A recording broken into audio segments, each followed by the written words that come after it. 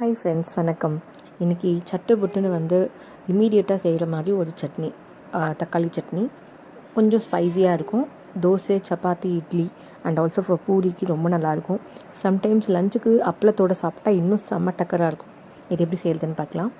ஒரு 6 ரைப்டு தக்காளி எடுத்துக்கணும். அது 1க்கு 2ஆக கட் பண்ணி மிக்ஸி ஜாரில் போட்டுட்டு அதில் கொஞ்சம் கல்லுப்பு, கொஞ்சோண்டு புளி, அப்புறம் நம்ம காரத்துக்கு வெறும் மிளகாத்தூள் ஒரு 3 ஸ்பூன். நான் 6 தக்காளிக்கு 3 ஸ்பூன் போட்டிருக்கேன். எங்கள் வீட்டில் காரம் அதிகமாக யூஸ் பண்ணுவாங்க.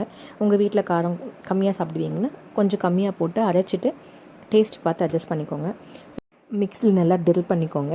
பண்ணதுக்கப்புறம் தாளிப்புக்கு கடலெண்ணெய் ஊற்றி கடுகுளுத்த பருப்பு, கருவேப்பிலை, கொஞ்சோண்டு ஒரு பச்சை மிளகாய் இல்லைன்னா காஞ்ச மிளகா போட்டு தாளிச்சிட்டு இதோடு ஆட் பண்ணி கொதிக்க வச்சு எண்ணெய் பிரிஞ்சதுக்கப்புறம் இறக்குனா போதும். இந்த சட்னி ரெசிபியோவில் கொஞ்சம் தண்ணி எக்ஸ்ட்ரா ஆட் பண்ணி இன்னும் லிக்விடாக நீங்கள் பண்ணிங்கன்னா இன்னும் சூப்பராக இருக்கும். நான் திக்காக பண்ணியிருக்கேன். பிகாஸ் எங்கள் வீட்டில் நேற்று எனக்கு இப்படி தான் சாப்பிட்ணுன்னு தோணிட்டு, அதனால இப்படி பண்ணேன். ஸோ இந்த ரெசிபி எப்படி இருக்குன்னு பார்த்துட்டு நல்லா இருந்தால் எனக்கு கமெண்ட் பண்ணுங்கள். செஞ்சும் பாருங்கள்.